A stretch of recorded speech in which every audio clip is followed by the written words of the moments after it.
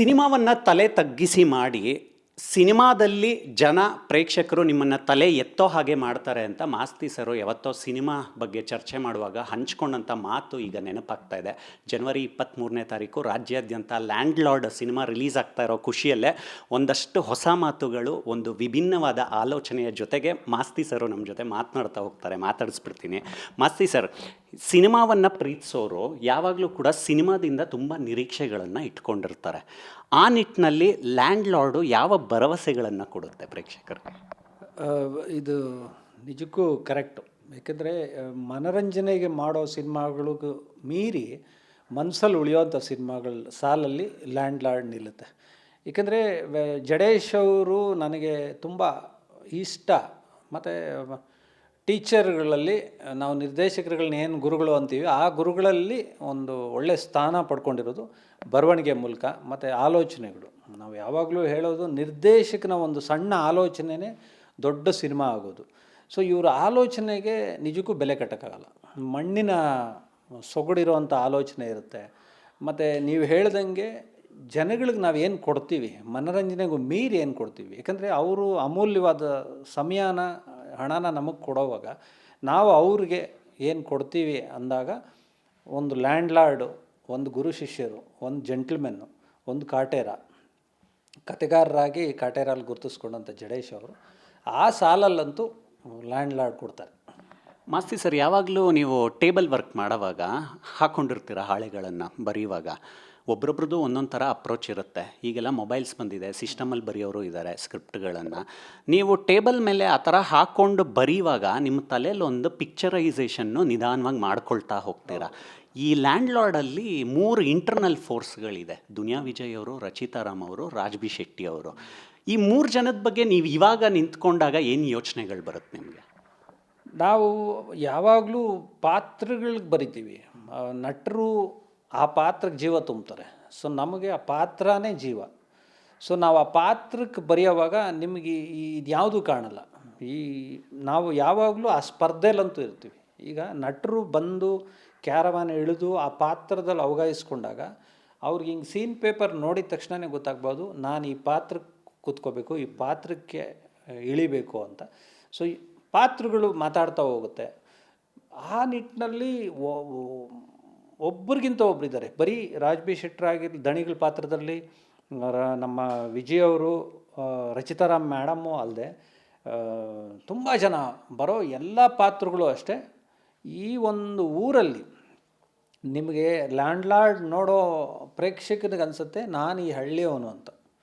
ಅಂದರೆ ನಾನು ಈ ತೆರೆ ಮುಂದೆ ಕೂತಿದ್ದೀನಿ ಅನ್ನೋದಕ್ಕಿಂತ ಹೆಚ್ಚಾಗಿ ನಾನು ಆ ಹಳ್ಳಿಯವನು, ನಾನು ನನ್ನ ಹಕ್ಕನ್ನು ಕೇಳ್ತಾ ಇದ್ದೀನಿ, ನಾನು ನಗ್ತಾ ಇದ್ದೀನಿ, ನಾನು ಅಂದರೆ ಇಂಟ್ರ್ಯಾಕ್ಟ್ ಆಗ್ತಾರೆ. ಅಂದರೆ ಇಡೀ ಆಡಿಯನ್ಸು ಆ ಹಳ್ಳಿ ಕೂತಂಗೆ ಭಾಸವಾಗುತ್ತೆ. ಸೊ ಬರವಣಿಗೆಯಲ್ಲಿದ್ದಾಗ ನನಗದು ಅನ್ನಿಸ್ತು. ಸೊ ಅಷ್ಟು ನಂಬಿಕೆ ಅಂತೂ ನನಗೆ ಈ ಸಿನಿಮಾ ಮೇಲಿದೆ. ಎಲ್ಲ ಕಾಲದಲ್ಲೂ ಶೋಷಣೆಗಳನ್ನು ದಾಟಿ ಬದುಕೋದು ಸುಲಭದ ವಿಚಾರ ಅಲ್ಲ. ನಾವು ಶತಶತಮಾನಗಳಿಂದ ನೋಡಿದ್ದೀವಿ ಒಂದು ಅಧಿಕಾರಶಾಹಿ ವರ್ಗ ಶೋಷಿತರನ್ನು ಹೇಗೆ ತುಳಿಯುತ್ತೆ ಅಂತ. ಈ ಬದಲಾದ ಟೈಮ್ ಪೀರಿಯಡಲ್ಲಿ ಶೋಷಣೆಗಳನ್ನು ನಾವು ಮನುಷ್ಯರಾಗಿ ಹೇಗೆ ದಾಟಬೇಕು ಅನಿಸುತ್ತೆ ನಿಮಗೆ? ಅಲ್ಲ, ನಿಜಕ್ಕೂ ಈಗ ಯಾವಾಗಲೂ ಅದೊಂದು 2 ವರ್ಗ ಅಂತೂ ಎದುರಾಗುತ್ತೆ. ಈಗ ನಾವೊಂದು ಕೆಲಸಕ್ಕೆ ಹೋದಾಗ ನಿಮಗೇ ಗೊತ್ತಿಲ್ಲದಂಗೆ ಒಬ್ಬರು ಎದುರಾಗ್ತಾರೆ. ಅದು ಯಾರೇ ಆಗಿರ್ಬೋದು, ಶತ್ರು ಆಗಿರ್ಬೋದು, ಸ್ನೇಹಿತ ಆಗಿರ್ಬೋದು. ಸೊ ಬರೀ ನೀವು ಮಾಡೋ ಒಂದು ಸಣ್ಣ ಕೆಲಸಕ್ಕೆ ಒಂದು ತೊಡಕಂತೂ ಅದು ಯಾರ ಮೂಲಕನಾದರೂ ಆಗುತ್ತೆ. ಸೊ ಇನ್ನು ಒಂದು ವರ್ಗ ಒಂದು ದೊಡ್ಡ ಮಟ್ಟದ ಒಂದು ಇದಕ್ಕೆ ಹೋದಾಗ ಇನ್ನೆಷ್ಟು ಎದುರಾಗ್ಬೋದು. ಮತ್ತು ನಾವು ವಿಜಯವರಲ್ಲಿ ಕಂಡಿರೋದೇ ಅದು. ಅವರು ಯಾವಾಗಲೂ ಡೇ ಒನ್ನಿಂದ ಅವರು ನಾಯಕನಾಗಿ ಇಂಡಸ್ಟ್ರಿಗೆ ನಟನೆ ಪ್ರತಿಭೆ ಇಟ್ಕೊಂಡು ಬರಲಿಲ್ಲ, ಪ್ರೊಡ್ಯೂಸರ್ನ ಜೊತೆಗೆ ಇಟ್ಕೊಂಡೇ ಬಂದರು. ಸೊ ನಿರ್ದೇಶಕನಾಗಿ 2ನೇ ಹಂತದ ಒಂದು ಮಾಡೋವಾಗ ಕಥೆ ಇಟ್ಕೊಂಡು ಬಂದರು, ಜೊತೆಗೆ ಒಬ್ಬ ನಿರ್ಮಾಪಕನ ಇಟ್ಕೊಂಡ್ಬಂದರು. ಸೊ ಅವ್ರು ಯಾವಾಗಲೂ ನಾನು ಹೇಳೋದು, ಅಲೆಗೆ ವಿರುದ್ಧವಾಗಿ ಈಜ್ಬಿಟ್ಟೆ ಗೆದ್ದಿರೋರು. ಸೊ ಅವ್ರು ಏನಂದರೆ ಯಾವಾಗಲೂ ಅಲೆಗೆ ಯಾಕೆ ವಿರುದ್ಧವಾಗಿ ಈಜ್ತಾರೆ ಅಂದರೆ, ಅಲೆಗಳ ಜೊತೆ ಈಜಿದಾಗ ಕ್ರೆಡಿಟ್ ಅಲೆಗಳಿಗೆ ಹೊರಟೋಗುತ್ತೆ. ಅಲೆ ಹೊಡ್ಕೊಂಬಂತಮ್ಮ ಬಂದ್ಬಿಟ್ಟು ಅಂತ. ಸೊ ವಿಜಯ್ ಅವರು ತುಂಬ ಲೆಸ್ ಟೈಮಲ್ಲಿ ಈ ಕತೆ ಓಕೆ ಮಾಡಿರೋದು. ಯಾವುದು ಜಡೇಶ್ ಅವ್ರದ್ದು. ಆದರೆ ತಾನೊಬ್ಬ ನಿರ್ದೇಶಕನಾಗಿ ತಾನೊಬ್ಬ ನಟನಾಗಿ ಈ ಕಥೆಯಲ್ಲಿ ನಾನು ಸ್ಕೋರ್ ಮಾಡ್ಕೋಬೋದು, ಈ ಪಿಚ್ ನನಗೆ ಕರೆಕ್ಟ್ ಇದೆ ಅಂತ ಅವ್ರಿಗೆ ಅನಿಸ್ತು. ಸೊ ಅದಕ್ಕೆ ಅಂದರು ಮಾಡೋಣಮ್ಮ ಅಂತ. ಆಮೇಲೆ ಬಡ್ಜೆಟ್ ವಿಷಯದಲ್ಲಿ ನಿರ್ಮಾಪಕರುಗಳು ಹೇಮಂತ್ ಗೌಡರು ಮತ್ತು ಸತ್ಯಪ್ರಕಾಶ್ ಸಾರು ಹೇರಳವಾದ ಹಣನ ಇದಕ್ಕೆ ವ್ಯಯಿಸಿದ್ದಾರೆ. ಅವ್ರ ಇಂಟೆನ್ಷನ್ ಏನು ಅಂದರೆ 10-12 ವರ್ಷದಿಂದ ನಾವು ಸಿನಿಮಾ ಮಾಡಿಲ್ಲ. ಯಾಕೆಂದರೆ ಮಾಡಿಲ್ಲ ಅಂದರೆ ಅವ್ರೇನು ಸುಮ್ಮನೆ ಕೂತಿರಲಿಲ್ಲ, ಅವ್ರದ್ದೇ ಆದ ಒಂದು ವ್ಯವಹಾರಗಳಿತ್ತು, ಅವ್ರದ್ದೇ ಆದ ಒಂದು ಕೆಲಸಗಳಿತ್ತು. ಸಿನಿಮಾನ ಅವರು ಮಾಡಬೇಕು ಅಂದಾಗ ಈ ಥರದ ಕತೆಗೆ ಮಾಡಿದ್ರೆ ಚೆನ್ನಾಗಿರುತ್ತೆ ಅಂತ. ಮತ್ತು ರಾಜ್ ಬಿ ಶೆಟ್ಟರ್ನ ಒಂದು ವಿಂಗ್ ನಟ, ಒಂದು ವಿಂಗ್ ಹೀರೋ ಅನ್ನೋ ಥರದ್ದಿದೆ. ಇಲ್ಲ, ಒಬ್ಬ ಕಲಾವಿದ ಎಲ್ಲ ಕಾಶ್ಮೀರಿಂದ ಕನ್ಯಾಕುಮಾರಿವರೆಗೂ ಸಲ್ಲುತ್ತಾನೆ. ಸೊ ಕರ್ನಾಟಕದಲ್ಲಿ ಯಾಕೆ ಆ ವಿಂಗು ಈ ವಿಂಗು ಅಂತ ಇಲ್ಲ ಅಂದ್ಬಿಟ್ಟು ಪಾತ್ರ ಏನು ಹುಡುಕ್ತಿದ್ರು. ಆವಾಗ ಅವ್ರ ಆಲೋಚನೆಯಲ್ಲಿ, ಜಡೇಶ್ ಅವರ ಆಲೋಚನೆಯಲ್ಲಿ ಇದು ರಾಜ್ ಬಿ ಶೆಟ್ಟರ್ ಮಾಡಿದ್ರೆ ಚೆನ್ನಾಗಿರುತ್ತೆ ಅಂತ. ಅವರೂ ಕತೆ ಕೇಳಿದ ತಕ್ಷಣ ಅವರೂ ಹ್ಞೂ ಅಂದರು. ಸೊ ಸಿನಿಮಾ ಇಷ್ಟು ಚೆನ್ನಾಗಿ ಮಿಶ್ರಿತವಾದಾಗ ಚೆನ್ನಾಗಾಗುತ್ತೆ. ಮತ್ತು ನೀವು ಹೇಳ್ದಂಗೆ ಸಂಘರ್ಷ ಇರಬೇಕು. ಅದು ಬರೀ ತೆರೆ ಮೇಲೆ ಕಥೆಯಲ್ಲಿದ್ದರೆ ಆಗಲ್ಲ. ಅದು ಈಚೆಗೆ ಬಂದಾಗ ಜನಗಳು ಪರವಾಗಿ ಮಾತಾಡಬೇಕು, ವಿರುದ್ಧವಾಗಿ ಮಾತಾಡಬೇಕು. ಒಂದು ಸಿನಿಮಾ ಈಚೆಗೆ ಬಂದು ಚರ್ಚೆಗಳಿಗೆ ಒಳಗಾದಾಗ ಆ ಸಿನಿಮಾದಲ್ಲಿ ಏನೋ ಇದೆ, ಹೌದು ಯಾಕೆ ಪರವಾಗೂ ಮಾತಾಡ್ತಾವ್ರೆ, ವಿರೋಧವಾಗಿ ಮಾತಾಡ್ತಾ ಇದ್ದಾರೆ ಅಂದಾಗ ಆ ಸಿನಿಮಾದಲ್ಲಿ ಏನೋ ಇದೆ ಅನ್ನೋ ಒಂದು ಗುಣ ಅಂತೂ ಇದೆ.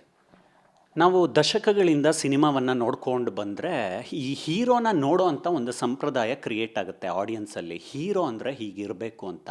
ನಾವು ಬದಲಾದ ಸಿನಿಮಾ ದೃಷ್ಟಿಕೋನಗಳನ್ನು ನೋಡುವಾಗ ಯಾರು ಬೇಕಾದರೂ ಹೀರೋ ಆಗ್ಬೋದು ಈಗಿನ ಕಾಲಘಟ್ಟದಲ್ಲಿ.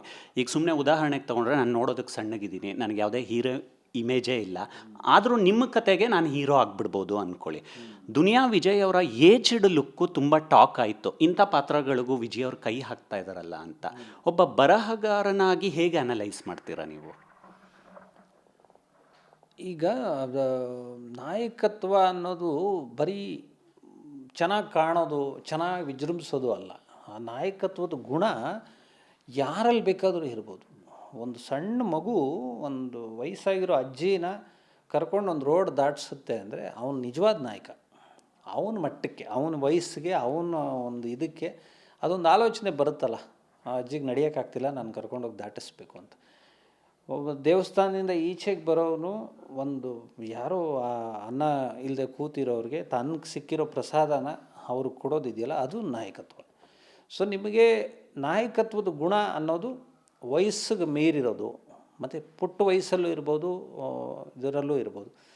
ಸೊ ಈ ಪಾತ್ರಕ್ಕೆ ವಿಜಯವರು ಬರೀ ವಯಸ್ಸಾಗಿರೋದು ಅಂದರೆ ಫಿಸಿಕಲಿ ಮಾತ್ರ ವಯಸ್ಸಾಗಿರೋ ಥರ ಕಾಣದೆ, ಆ ಒಂದು ಪ್ರಬುದ್ಧತೆನ, ಆ ಮಾಗಿದ ಒಂದು ವಯಸ್ಸನ್ನು ಇಡೀ ಫ್ರೇಮಲ್ಲಿ ಹಾಕ್ಕೊಂಡು ಬಂದಿದ್ದಾರೆ. ನನಗೆ ಮೊನ್ನೆ ಸಿಕ್ಕಿದಾಗ ಅದೇ ಹೇಳಿದೆ, ಹೆಂಗರು ನೀನು ಅಂದರೆ ವಯಸ್ಸಾಗಿ ಸುಸ್ತಾಗಿರೋದನ್ನು ಕೂಡ ಆ್ಯಕ್ಟ್ ಮಾಡಿ ತೋರಿಸಿದೆಯಲ್ಲ ಅಂತ. ಅಂದರೆ ಸುಸ್ತು ಇದು ಆಗುತ್ತೆ ಅಂತಾರಲ್ಲ ಒಂದು ವಯಸ್ಸಾಗಿರೋರಿಗೆ, ಅದನ್ನು ಕೂಡ ನಟನೆ ಮೂಲಕ ತೋರಿಸಿರೋದು. ಮತ್ತು ಸಂಭಾಷಣೆ ವಿಚಾರದಲ್ಲೂ ಅಷ್ಟೇ, ಅದೊಂದು ಸ್ಲ್ಯಾಂಗು, ಅದೆಲ್ಲ ವಿಚಾರದಲ್ಲೂ ಆಯಪ್ಪ ತುಂಬಾ ಸ್ಕೋರ್ ಮಾಡಿದ್ದಾರೆ.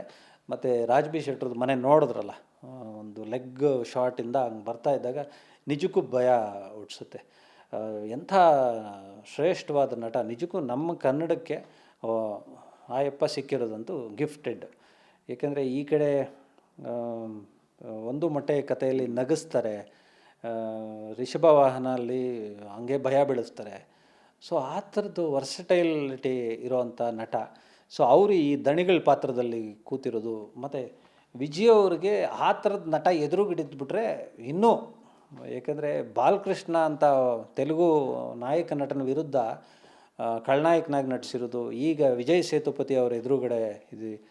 ಅಂದರೆ ಎಲ್ಲ ನೆಲೆಗಳಲ್ಲೂ ನಾಯಕನಾಗೋಕ್ಕೂ ಸೈ, ಖಳನಾಯಕನಾಗೋಕ್ಕೂ ಸೈ, ನಿರ್ದೇಶಕನಾಗೋಕ್ಕೂ ಸೈ ಅಂತ ಒಬ್ಬ ನಟ ಅಷ್ಟು ಪಾತ್ರಗಳಲ್ಲಿ ನಿಭಾಯಿಸ್ಕೊಂಡು ಬರ್ತಾ ಇರೋದು ನಿಜಕ್ಕೂ ನಮಗೂ ವಿಜಯ್ ಅವರು ಮತ್ತು ಶೆಟ್ಟರು ಎದುರುಗಡೆ ನಮಗೂ ಈಗಲೂ ಖುಷಿಯಾಗುತ್ತೆ. ನಿಮ್ದೊಂದು ಟ್ಯಾಲೆಂಟೆಡ್ ಗ್ಯಾಂಗ್ ಇತ್ತು, ಅದನ್ನು ಮೆಲುಕು ಹಾಕ್ಕೊಂಡು ಬಿಡ್ತೀನಿ ಸ್ವಲ್ಪ. ಒಂದಷ್ಟು ವರ್ಷಗಳ ಹಿಂದೆ ನೀವು ವಿಜಯ್ ಅವರು, ಭಟ್ರು, ದುನಿಯಾ ಸೂರಿ ಅವರು, ಗಣೇಶ್ ಅವರು ಎಲ್ಲರೂ ಕೂತ್ಕೊಂಡು ಮಾತಾಡ್ತಾ ಇರ್ತೀರ. ನೋವಿನ ದಿನಗಳು, ಹಸಿವಿನ ದಿನಗಳು. ಇವತ್ತು ನಿಮಗೆ ಒಂದು ಪೀರಿಯಡು ಓಪನ್ ಆಗಿದೆ. ಅಂದರೆ ನಿಮ್ಮ ಇಷ್ಟದ ಕಥೆಗಳನ್ನು, ನಿಮ್ಮ ಸ್ವಂತ ಆಲೋಚನೆಗಳನ್ನು ಸಿನಿಮಾಗೆ ಹಾಕೋ ಥರ ಒಂದು ಸಮಯ ಬಂದಿದೆ. ಇವತ್ತು ಆ ದಿನಗಳು ನೆನಪಾಗತ್ತಾ? ಮೊನ್ನೆ ಯೋಗರಾಜ್ ಸರ್ ಸಿಕ್ಕಿದಾಗ ಅದೇ ನೀವು ಹೇಳಿದ್ದೆ ಮೆಲ್ಕಾಗ್ತಿದ್ವಿ. ಅಂದರೆ ಅವರು ಗೂಡು ಅಂತ ಒಂದು ಆಫೀಸ್ ಮಾಡ್ಕೊಂಡಿದ್ರು. ಸೊ ಅಲ್ಲಿ ವಿಜಯ್ ಅವರು ಚಿಕ್ಕ ನಟ. ಆವಾಗ ರಾಕ್ಷಸ ಅಲ್ಲಿ ಮಾಡಿದರು, ಚಿಕ್ಕ ಚಿಕ್ಕ ಪಾತ್ರಗಳು ಮಾಡ್ಕೊಂಡಿದ್ದರು. ಅವರು ಬರೋರು. ಮತ್ತು ಸೂರ್ಯ ಅವರು ಮಣಿ ಸಿನಿಮಾಗೆ ಸೂರ್ಯ ಅವರು ಸಂಭಾಷಣೆಕಾರರಾಗಿ, ಚಿತ್ರಕಥೆಗಾರನಾಗಿ ಇದ್ದವರು. ಯೋಗರಾಜ್ ಸಾರು, ನಾಗಶೇಖರ್ ಬರೋರು, ಕೃಷ್ಣ ಅವ್ರು ಬರೋರು, ಪ್ರೀತಮ್ ಗುಬ್ಬಿ. ಸೊ ಒಂದು ಗೂಡಿನ ಹಕ್ಕಿಗಳಿವರೆಲ್ಲ ಎಲ್ಲ ಹಾರಿ ಹಾರಿ ಹೋಗೊಂದೊಂದು ಮರದಲ್ಲಿ ಒಂದೊಂದು ಗೂಡು ಕಟ್ಕೊಂಡು ಆ ಗೂಡಲ್ಲಿ ಒಂದಷ್ಟು ಸಿನಿಮಾಗಳು ಅನ್ನೋ ಒಂದು ಮರಿ ಆಗ್ತಾ ತುಂಬಾ ಅಂದರೆ ಹಸಿವಿನ ದಿನಗಳು ಅಂದಾಗ ಆಹಾರದ ಹಸಿವಿಲ್ಲದೆ ಇವ್ರಿಗೆ ಸಿನಿಮಾ ಹಸಿವು ತುಂಬ ಇತ್ತು. ಸೊ ಇವತ್ತು ಒಬ್ಬೊಬ್ಬರು ನಿರ್ದೇಶಕರಾಗಿ ನಿಂತಿದ್ದಾರೆ, ಇನ್ನೊಬ್ಬರು DOP ಆಗಿ ನಿಂತಿದ್ದಾರೆ, ಇನ್ನೊಬ್ಬರು ಕಥೆಗಾರರಾಗಿ ನಿಂತಿದ್ದಾರೆ, ಇನ್ನೊಬ್ಬರು ಸಂಭಾಷಣೆಕಾರರಾಗಿ ನಿಂತಿದ್ದಾರೆ. ಅಂದರೆ ಆ ಒಂದು ಹಸಿವು ಇದ್ದಿದ್ದಕ್ಕೆ, ಪರಿಶ್ರಮ ಇದ್ದಿದ್ದಕ್ಕೆ ಸಾಧ್ಯ ಆಯಿತು. ಹಂಗಂತ ಸಾಧಕರು ಇದಾಗ ಏನು ಹೇಳ್ತಾ ಇಲ್ಲ. ಬಟ್ ಇವತ್ತಿಗೂ ಆ ಹಸಿವು ಕಮ್ಮಿ ಆಗಿಲ್ಲ. ಇವತ್ತಿಗೂ ವಿಜಯ್ ಎಂಥ ಪಾತ್ರ ಬಂದರೂ ನಾನು ಕೂರ್ತೀನಿ. ಇದರಲ್ಲಿ ಒಂದು ಫೈಟು ಇದೆ ಲ್ಯಾಂಡ್ ಲಾರ್ಡಲ್ಲಿ.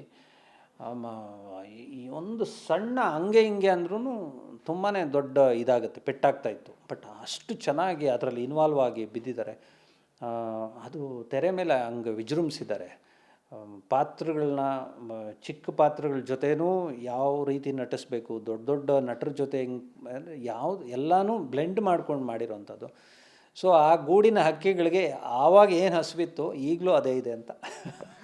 ಆ ದಿನಗಳಲ್ಲಿ ನೀವು ಹೇಗಿದ್ರಿ ಅನ್ನೋದು ಒಂದು ಮೊನ್ನೆಯಿಂದ ವೈರಲ್ ಆಗ್ತಾ ಇದೆ, ನೋಡ್ತಾ ಇದ್ದೀನಿ. ಒಂದು ಫೇಸ್ಬುಕ್ಕಲ್ಲಿ ಒಂದು ವಿಡಿಯೋ ತುಂಬ ಹರಿದಾಡ್ತಾ ಇದೆ. ನಿಮ್ಮ ನಟನ ವೃತ್ತಿ ಕೂಡ ಜನಕ್ಕೆ ಗೊತ್ತಾಗ್ತಾ ಇದೆ. ಆಗ ಸೌಂಡ್ ಆಗಿತ್ತೋ ಇಲ್ವೋ ಗೊತ್ತಿಲ್ಲ, ಈಗೆಲ್ಲರೂ ಆ ವಿಡಿಯೋ ನೋಡಿ ಕಮೆಂಟ್ ಮಾಡ್ತಾ ಇದ್ದಾರೆ, ಹೇ ಇದು ನಮ್ಮ ಮಾಸ್ತಿ ಸರ್ ಅಂತ. ಆ ದಿನಗಳ ನೆನಪು ಹೇಗಿದೆ? ಕಡ್ಡಿ ಪುಡೀಲಿ ಇನ್ಸ್ಪೆಕ್ಟ್ರ್ ಪಾತ್ರ. ಅಂದರೆ ಆ ಪಾತ್ರ ಬರೆಯೋವಾಗ ಇದ್ದಿದ್ದದು. ಒಬ್ಬರು ಯಂಗ್ ಇನ್ಸ್ಪೆಕ್ಟ್ರ್ ಬರ್ತಾರೆ, ಅನಂತ್ನಾಗ್ ಸರ್ ACP ಆಗಿರ್ತಾರೆ ಅಂತ. ಅದು ಚೆನ್ನಾಗಿತ್ತು. ಅಂದರೆ ಆವಾಗ ಕಡ್ಡಿಪುಡಿಗೆ ನಾವು ಡ್ರೈವರ್ನ ಕಳಿಸ್ತಿರ್ಲಿಲ್ಲ. ಅನಂತ್ನಾಗ್ ಸರ್ನ ಮನೆಯಿಂದ ಕರ್ಕೊಂಡು ನಾವು ಸೆಟ್ಟಿಗೆ ಬರಬೇಕಿತ್ತು. ಸೆಟ್ಟಿಗೆ ಕರ್ಕೊಂಡು ಬರಬೇಕಾದ್ರೆ ನಾವೇ ಹೋಗ್ತಿದ್ವಿ. ಯಾರೋ ನಮ್ಮ ಪ್ರೊಡಕ್ಷನ್ ಕಾರ್ ಇರೋದು, ಆ ಕಾರಲ್ಲಿ ಹೋಗಿ ಅನಂತ್ನಾಗ್ ಸರ್ ಮನೆ ಮುಂದೆ ನಿಂತ್ಕೊತಿದ್ವಿ. ಅನಂತ್ನಾಗ್ ಸಾರು ಇಷ್ಟುದ್ದ ಆ ಜುಬ್ಬ, ಒಳ್ಳೆ ಮಿರಿ ಮಿಂಚುವ ಒಂದು ಬಣ್ಣದ್ದೊಂದು ಜುಬ್ಬ ಹಾಕ್ಕೊಂಡು ಬರೋರು.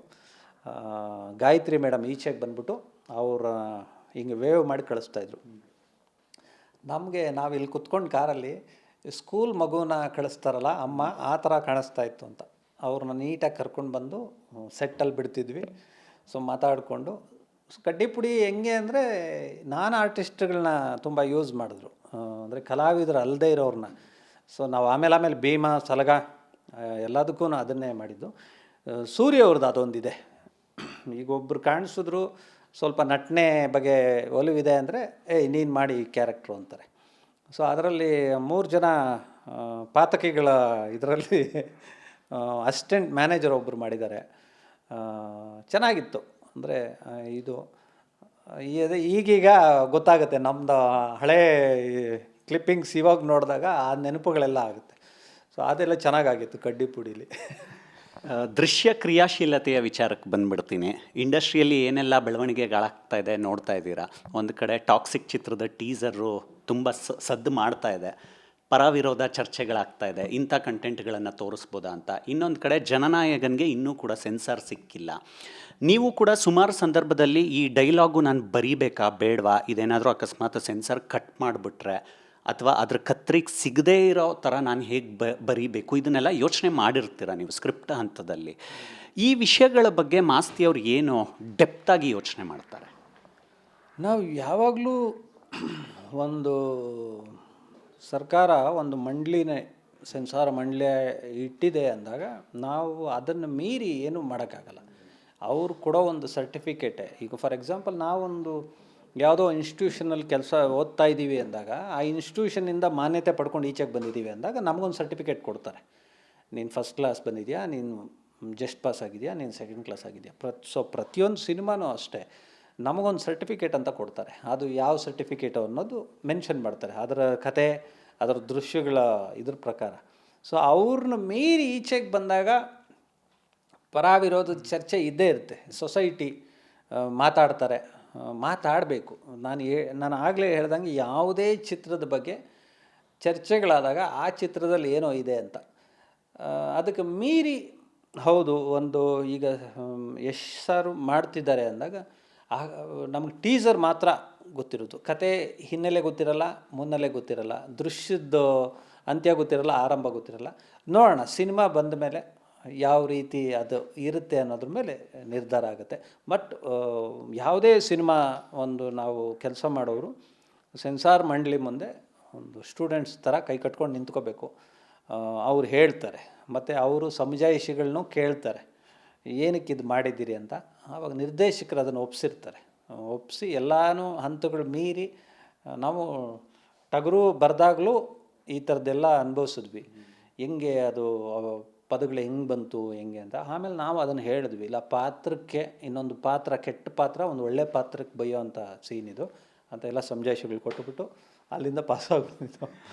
ಕೊನೆಯದಾಗಿ, ಸಿನಿಮಾವನ್ನು ಪ್ರೀತಿಸೋರು, ಸಿನಿಮಾದ ಆಳ ಆಗಲ ಅರ್ಥ ಮಾಡ್ಕೊಂಡಿರೋರು, ಯಾವಾಗಲೂ ಸಿನಿಮಾ ರಿಲೀಸ್ ಡೇಟು ಹತ್ತಿರ ಬರ್ತಾ ಕನಸು ಹತ್ತಿರಕ್ಕೆ ಹೋಗ್ತಾ ಇದ್ದೀವಿ ಅನ್ನೋವಂಥ ಒಂದು ಆಸೆ ಇದ್ದೇ ಇರುತ್ತೆ.